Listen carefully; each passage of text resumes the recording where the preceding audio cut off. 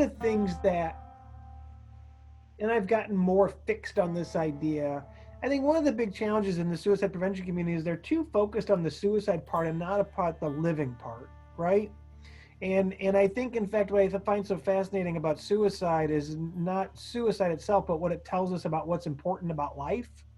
Um, and so my story was really about my relationship with my mom and how supportive and how that connection was life preserving in that first, particularly that first year of recovery. Oh my God.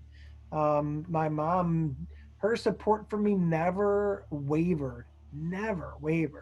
Now, what's really interesting is that she knew about a lot of stuff, and I thought that because I tried to kill myself in a jail cell, police had been in contact with my mom throughout the whole event. I thought they had told her. And it turned out one of the weirdest parts of the story for the better part, and that was 22 years ago, right?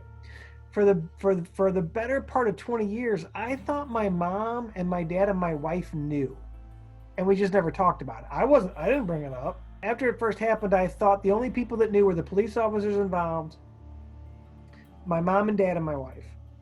And so then I started telling my story publicly, and then